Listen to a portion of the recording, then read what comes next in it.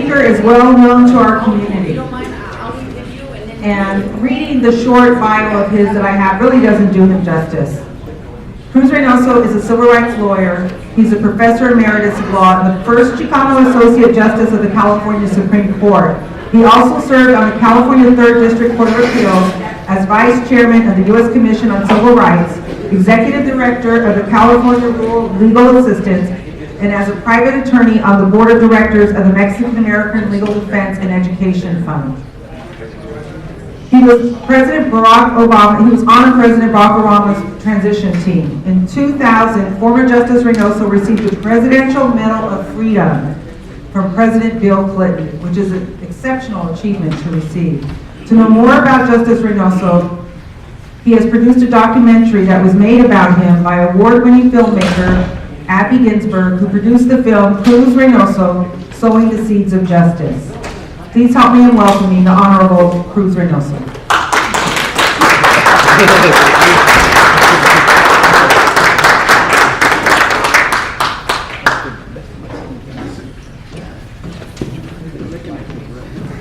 Thank you very much for that very nice introduction. Can you hear me okay? Yes. Yeah, I was conscious of the speakers, and some didn't speak into the mic and others did. You folks are real troopers. You're still here. You've heard a lot of folk and a lot of ideas. Mine is a more general, but important concept to think about and talk about, and that is the ethics of politics. We've seen too often, I'm afraid, campaigns, particularly for initiatives, but also for individuals, who in my view have not lived up to the ethics that we ought to have on any campaign. I saw a quote allegedly by Cesar Chavez, but I knew Cesar, once you get famous, you get all kinds of quotes attributed to you. I don't know whether he actually said this or not, but the quote is a good one. He said, "We do not need perfect government. What we need is perfect participation." And I think that's absolutely correct. What we need is participation by the citizens of this city, this county, this state, this country. It's sad to say, in some ways, that to a certain extent our democracy is failing because relatively few are registered to vote comparative to 100 who could register, who are over 18 and with some exceptions could register to vote. And then of those who are registered to vote, very often we have an election where no more than 25 or 50% of the people are actually voting. So we have a long ways to go, it seems to me, in having true participation in a democracy. And true democracy depends on that participation. Now, sad to say, in recent years, we've had matters going in reverse order. That is, since the U.S. Supreme Court set aside the Voting Rights Act, many states have now been introducing local legislation that makes it even harder to vote.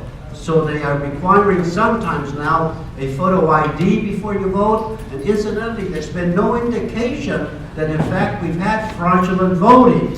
So it seems to me that those efforts that are being introduced are actually being introduced to discourage voting rather than encouraging voting.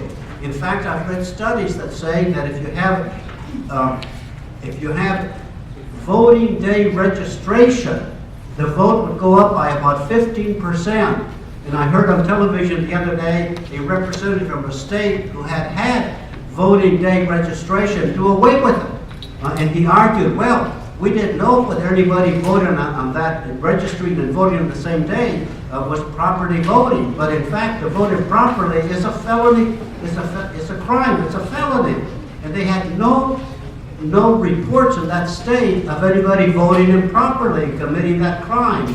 So it seems to me that the effort in that state was simply to discourage voting. So we've been going a little bit the wrong way. Now, sad to say, I've had my share of experience with clearly improper voting or unethical politics. I started practicing law many years ago in Imperial County, California, the southeastern portion of California, a desert area. in those days, folk to vote in California had to be able to read the English language. A vote was coming up, and one of the parties started putting up ads in the radio and elsewhere saying, if you can't read English perfectly well, you're committing a felony. In fact, it had been the interpretation of reading the English language had been interpreted very liberally by all of the registrars. In fact, well, I'll tell you a little bit more about that in a minute. I should tell you, however, that the California Supreme Court overruled that provision in the statute of California and ruled that you could not have that policy in the state. The only policy you could have was the following: can the citizen cast an educated vote?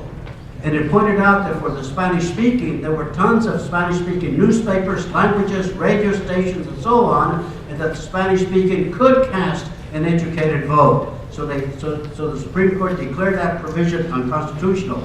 But I should tell you that before that was done, the local district attorney filed several cases to drop. He wasn't charging the people with a felony, incidentally. He was just asking the voter registrar to drop several people from the voting rolls because in his view, they did not properly read the English language. When a veteran went to see him and read before him in English, in perfect English, and offered to poke him in the nose, he decided to drop the lawsuit against that person. So these were simply efforts, not really to have the democracy work, but to be imperfect in terms of how it was working, because folk were being discouraged not to vote. Now, I personally ran for a legislative office one time. I ran for the assembly in Imperial County. I was unsuccessful. I was running against an incumbent, but I ran into another unethical piece of propaganda. The party that was not my party ran a full-page ad in the newspaper, and they claimed to be quoting from the People's World, which was a communist newspaper.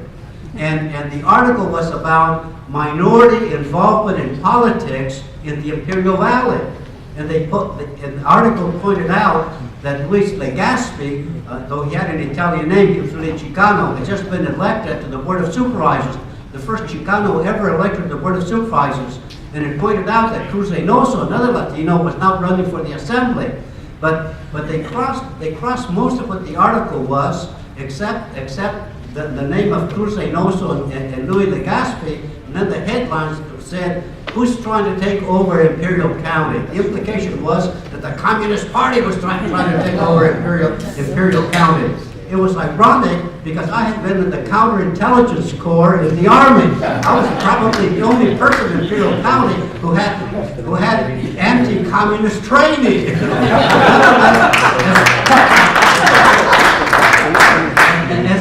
As you know, very often in campaigns, the truth has nothing to do with the way people run campaigns. And that has been true even more so in the initiatives that we have in California. I had a young man come to me, I had known him for many years, after a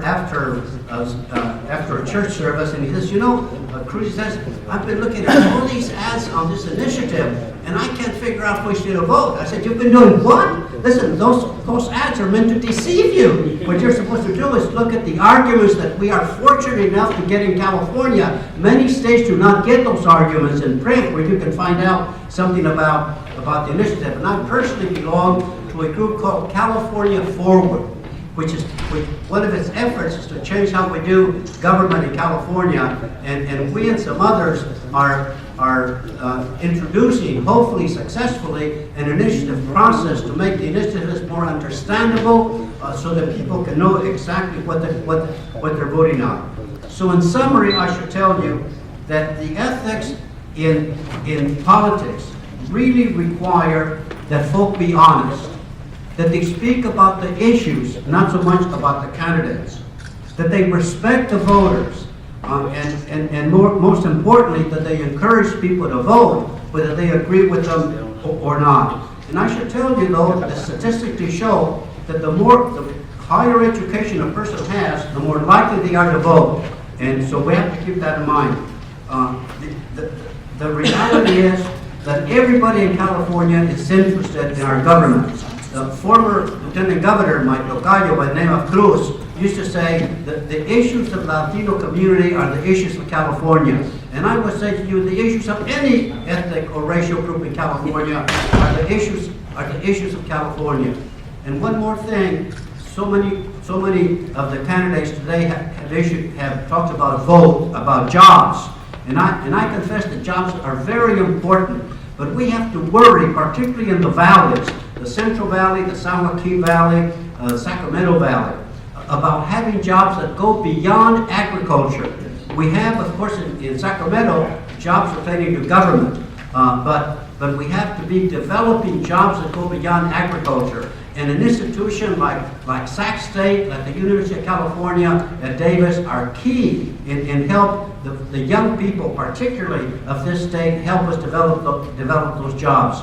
Again, the people that have jobs have a greater tendency of participating in government. So let me just summarize by repeating what I said at the very beginning. We don't need perfect government. We need perfect participation. Thank you very much.